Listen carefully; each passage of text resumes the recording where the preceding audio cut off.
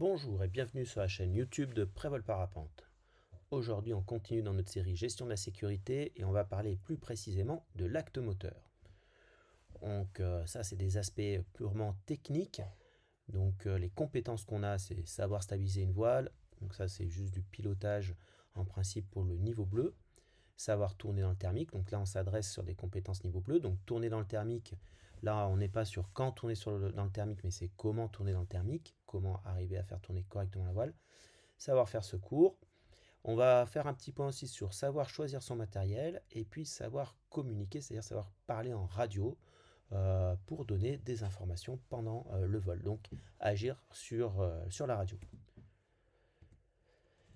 Savoir faire secours, très important, ça c'est une notion qui demande un peu de sang-froid et en fait il faut juste être préparé. Donc c'est un acte moteur mais qui, on va voir, fait appel à toutes les autres compétences, c'est-à-dire la prise d'information, la stratégie et l'acte moteur. Donc la première compétence c'est être capable de rester suffisamment lucide pour euh, décider correctement et arriver à faire secours. C'est-à-dire ne pas être dans un excès de stress qui pourrait, ce qu'on avait vu dans le cours sur le pilote, créer de la tétanie, de la sidération et qui nous empêcherait d'agir. L'autre, ça serait de vouloir se battre pour pouvoir refaire voler la voile et oublier que c'est le moment de faire secours. Donc, c'est se préparer à l'éventualité de faire secours. Si on est préparé à cette éventualité-là, il y a plus de chances qu'on puisse faire secours. Prendre des informations, c'est-à-dire avoir des informations qui sont fiables et simples à décrypter. La première information qu'on peut avoir, souvent, c'est je suis rentré dans un autre pilote, je suis donc dans une collision, c'est le moment de faire secours. Je ne réfléchis pas plus longtemps que ça. L'autre, qui a été pas mal mis en avant par la Fédé, c'est je tourne. C'est le fameux je fais un tour, je fais secours. Un tour, secours. Et ça permet de réagir rapidement. C'est-à-dire que j'ai analysé que je suis en rotation et donc je vais vite faire secours. Je reviens rapidement là-dessus. Pourquoi on demande de réaliser cette opération juste après un tour? Premièrement, c'est déjà souvent le temps que ça se mette en route, on a fait plus qu'un tour. Deuxièmement, c'est qu'on a des effets de G-lock. Les effets de G-lock, c'est lié à la force centrifuge. Ça veut dire que votre corps va subir une force qui va faire migrer le sang plutôt dans les pieds. À partir du moment où votre cerveau perd de l'afflux sanguin, il fonctionne moins bien. On ne va pas être tout de suite dans le coma, mais on va avoir ce qu'on appelle la viscosité mentale. Et donc, le G-lock va affecter directement notre lucidité, donc le fameux patate de pilote. Et si le pilote il perd sa lucidité, voire il perd connaissance, il ne peut plus faire secours. Donc c'est très important de réaliser cette prise d'information et donc ce qui va suivre de décision rapidement pour éviter de se retrouver dans un problème de G-lock. Je reviens vite sur la prise d'info. Donc la prise d'info. L'autre troisième élément, je ne comprends pas ce qui se passe, je perds de l'altitude rapidement. Ça peut être une configuration de surpilotage, c'est-à-dire qu'on empêche la voile de voler dans ce cas-là, et on peut faire aussi secours. Donc je résume, je tourne un tour, je fais secours, je suis emmêlé dans une autre voile, je fais secours, je ne comprends plus rien, je perds de l'altitude, je fais secours. On pourrait mettre un quatrième cas où j'ai un nœud dans les suspentes, j'ai réussi à corriger ma trajectoire, et là, parce que je veux tripoter la radio ou je fais une autre action, d'un seul coup, la voile se déséquilibre et se met à tourner. Donc dans ce cas-là, je rentre automatiquement dans la config, je tourne, je fais secours. Donc stratégie, c'est simple, hein. J'ai identifié ces informations-là, la stratégie, c'est pas plus long que ça. Je dois faire secours et donc je tire sur la poignée. Si je me suis entraîné à ce processus, c'est-à-dire que si j'ai imaginé ce processus de faire secours et que j'ai identifié, si j'ai ces informations-là, ma décision c'est de faire secours, ça va aller très vite. L'autre entraînement, c'est de trouver la poignée. Donc je me suis formaté mentalement à faire secours. Maintenant, je peux faire cet exercice régulier de toucher la poignée secours et m'imaginer faire le geste. Voire faire le geste sur un portique. Quand c'est le jour de plier le secours, c'est l'occasion de l'extraire de la sellette, voire de faire des tyroliennes. Et là, je vais travailler l'acte moteur. Voire, l'idéal même, lors d'un stage cible, demander à votre moniteur de faire secours. Comme ça, vous aurez aussi démystifié le fait de faire secours et vous aurez moins peur de faire secours. Il peut y avoir aussi ce phénomène de peur de l'inconnu qui nous empêche de faire secours.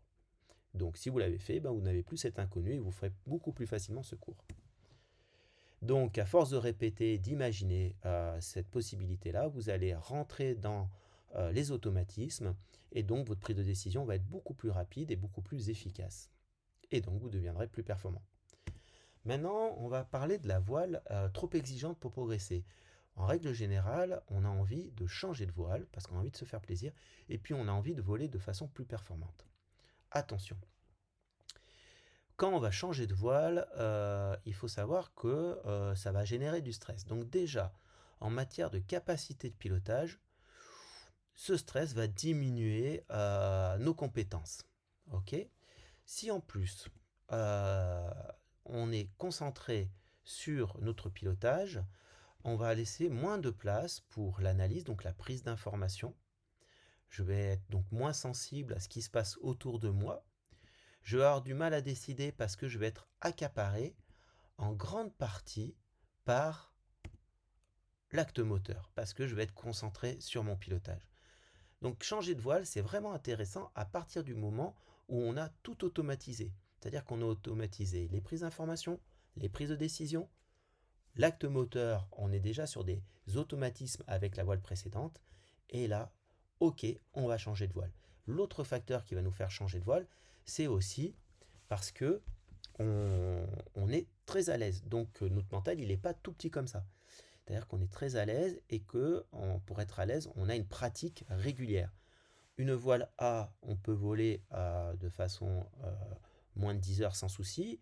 Une voile B-, c'est bien d'avoir 10, 20 heures de vol régulière par an. Si vous avez moins, ça ne change. Ça ne sert à rien de passer sur une B+.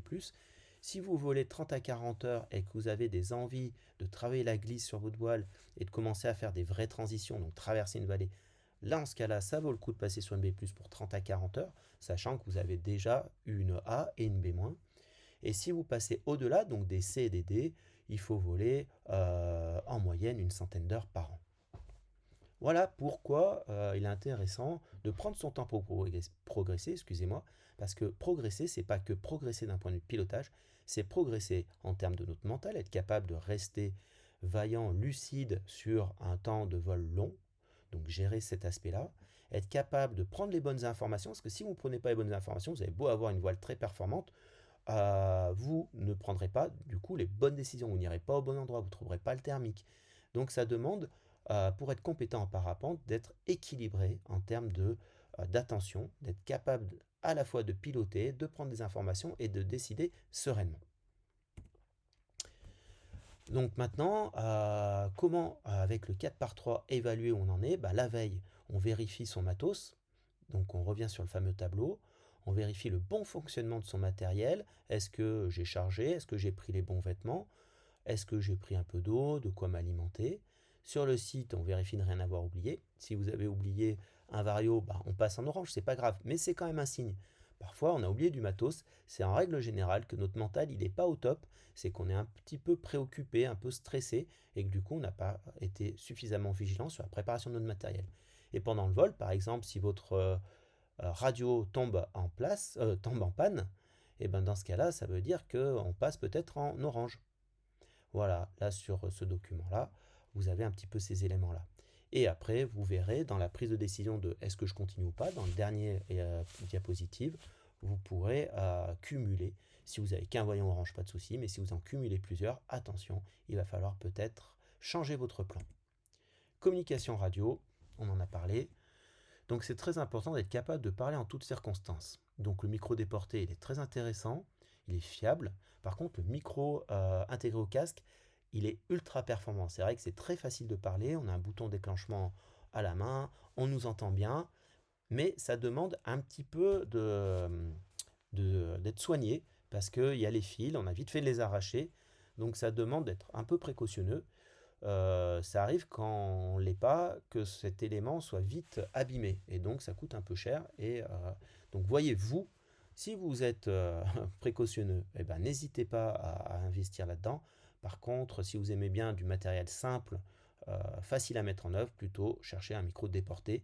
Mettez une chaussette autour, ça vous permettra d'avoir un coupe-vent et d'être bien audible pour les autres. La radio, il faut qu'elle soit accessible en vol. antenne la plus verticale est à l'extérieur et le plus loin possible des outils type téléphone, vario, parce qu'il y a des interférences et ça peut perturber votre radio et le bon fonctionnement de votre radio. Ensuite, le protocole, avant de décoller, on teste sa radio évidemment. Et quand vous êtes en l'air, donnez votre prénom. Voilà, c'est plus facile parce qu'on ne reconnaît pas forcément la voix. L'altitude, le secteur et les questions ou l'information que vous allez donner à propos de ce secteur pour les autres pilotes. Et surtout, parlez lentement. Quand on est en vol, on est un peu stressé. Quand on vient de prendre la radio, on se sent un peu vulnérable et on a tendance à parler très rapidement. Résultat, on vous demande de répéter 3-4 fois. Donc si vous le faites dès le début, vous appuyez sur le bouton, vous attendez une demi-seconde, vous parlez lentement, vous articulez, vous parlez fort. Vous n'aurez sans doute pas besoin de répéter le message. En réglementation, il faudra voir les notes FFVL. On a une fréquence de communication dans les Alpes qui est fédérale, donc vous pouvez utiliser sans souci, et la fréquence de sécurité que l'on garde que pour les secours. Voilà, dans certaines régions, les deux fréquences peuvent être utilisées pour les deux objectifs, que ce soit la communication ou le secours. Ce n'est pas le cas dans les Alpes parce qu'il y a beaucoup de fréquentation. Et si on faisait ça, la fréquence serait saturée. Sachant que sur la fréquence fédérale, vous avez aussi les balises qui émettent. Merci de m'avoir écouté. N'hésitez pas à poser des questions à vos moniteurs lors de vos stages. Et rappelez-vous, rien ne remplace un stage. À bientôt!